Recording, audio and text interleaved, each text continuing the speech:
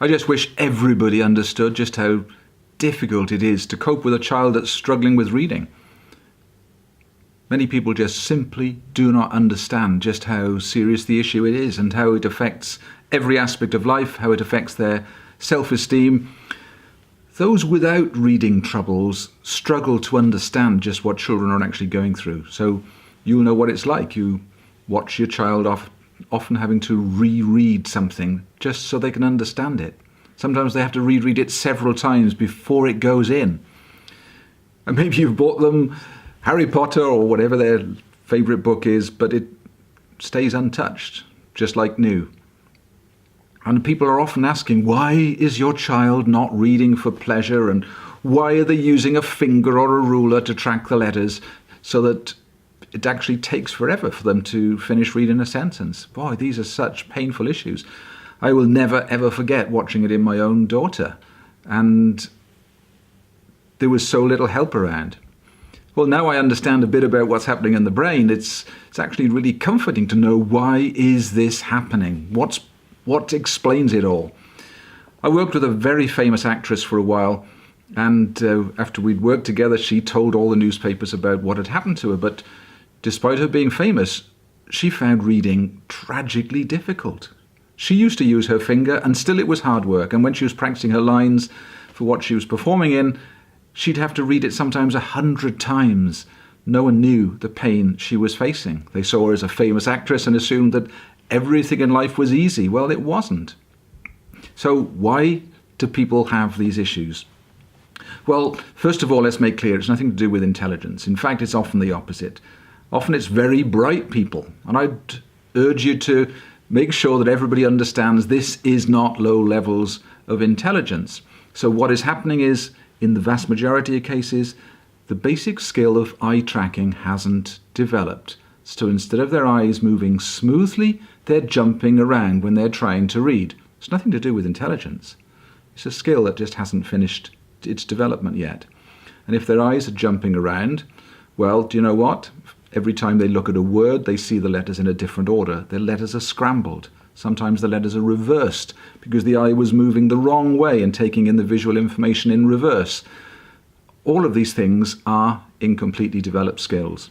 So when I hear someone obviously having the assumption that a child that's struggling with reading is thick or stupid or lazy, it makes me angry, because very often they're working many, many times harder than those for whom reading is easy.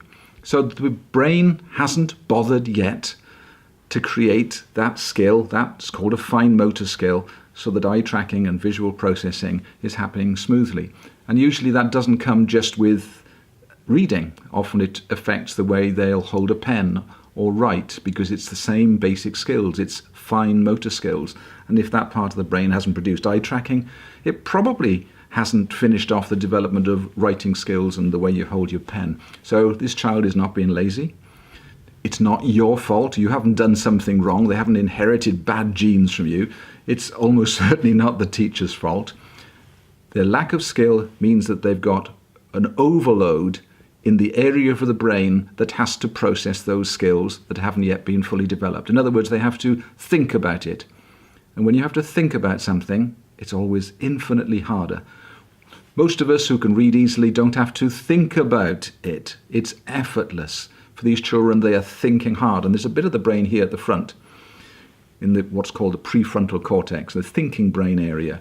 That gets very busy when you're doing something that you're having to think about when you shouldn't have to think about it. When this bit part of the brain gets busy, you go into overload. So a child that struggles with reading will very often be very frustrated as well. Frustration happens when they've filled this bit here with stuff that shouldn't be there, and they're in mental overload. Hoping this is making some sense. You know, I watched this with great pain with my own daughter, and finally it made her very, very depressed, because what for others was easy and effortless was for her extremely hard. So you want to know, what can you do about it? Well, the first thing you should do is search Google for all the famous people who couldn't read much. And you'll find that many famous people, in fact many billionaires, struggle to this day with reading. Now, For every famous person, of course, there's 10,000 people who never became famous because reading was a problem for them. So I'm not advocating doing nothing about it because your child's going to become famous. That's a gamble, but it's a gamble you needn't take because there are things you can do about it. And the first thing you can do is find out whether eye tracking is the issue. You can actually do this by holding your finger up in front of their eyes, making sure they hold their head still, and slowly moving your finger from side to side. Now, many children will choose to move their head rather than move their eyes. That's a big clue. If they do that, they've definitely got some sort of eye tracking issue.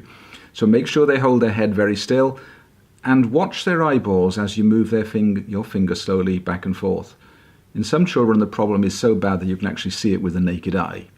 In some, they still have it, but you can't see it with a naked eye. But you have a look, because if your child has got that, then that will explain that they have an eye tracking issue that's causing the problem. Well, if you do that, you can certainly then go back onto Google and look up some eye tracking exercises and get them to do that for 10 or 15 minutes a day. Don't overstress them, don't overforce them, but try and encourage them to do that, because you may find that that will start to improve the problem. Now, what do schools do? Well, it's been very popular, fashionable for the last 2 or 3 decades to give phonics out. Now, phonics is there as almost like a crutch to help children cope with the fact that reading isn't easy for them. I'm not knocking phonics, I'm just saying it doesn't address the root cause of the problem. And this research about what is the root cause has been out now for 25 years or so. It's terribly slow reaching teachers, terribly, terribly slow. And it's infuriating because we've actually got a generation of children struggling with reading that shouldn't have struggled. I feel the guilt of that. You know, I watched my own daughter's pain, and I've met many thousands of others. I've had the good fortune to work with tens of thousands of children since, and I'm really thrilled with that.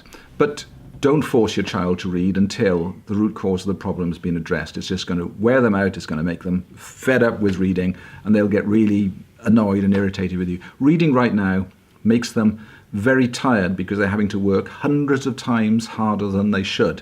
So often if you make them read too long, their eyes will stream and pain and so on. So forcing them to read lots is not solving the root cause of the problem. Practice doesn't make perfect in this case. Use audiobooks to get them interested and fascinated with taking information. And never allow anyone to criticize them. Never allow anyone to say they're thick or stupid or lazy because reading is hard work. It's often the opposite. So make sure the teachers understand, make sure their siblings understand, make sure friends understand. Let everyone know that this is not a sign of unintelligence. In fact, it could well be the opposite. And you, as the passionate mum or dad, is going to make sure that you pursue every possible way of improving that skill so they overcome it. Often children that struggle with reading will have low self-esteem. You know, watching every other child in the class do something effortlessly, which for them is difficult, is bound to affect self-esteem. Having any skill that should be automatized in the brain, but you have to think hard about it, reduces confidence. So to me, confidence, self-esteem are actually very closely linked to neurological development. So if your child is also got some low self-esteem, there is a link there. So identify what their learning styles are.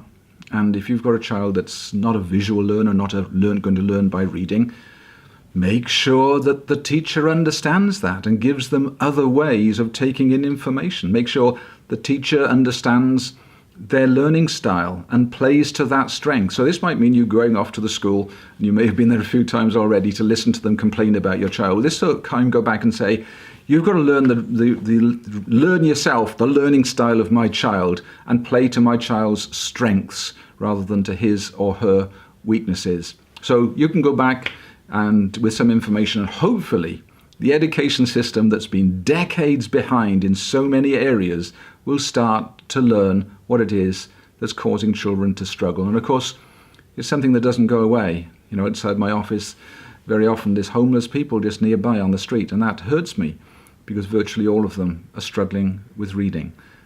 And I know the science has been out there that could have transformed them had the authorities picked up on it. So don't let your child struggle. Please understand your child and make sure everybody else does. I hope this has been of some comfort and some help to you. All the best.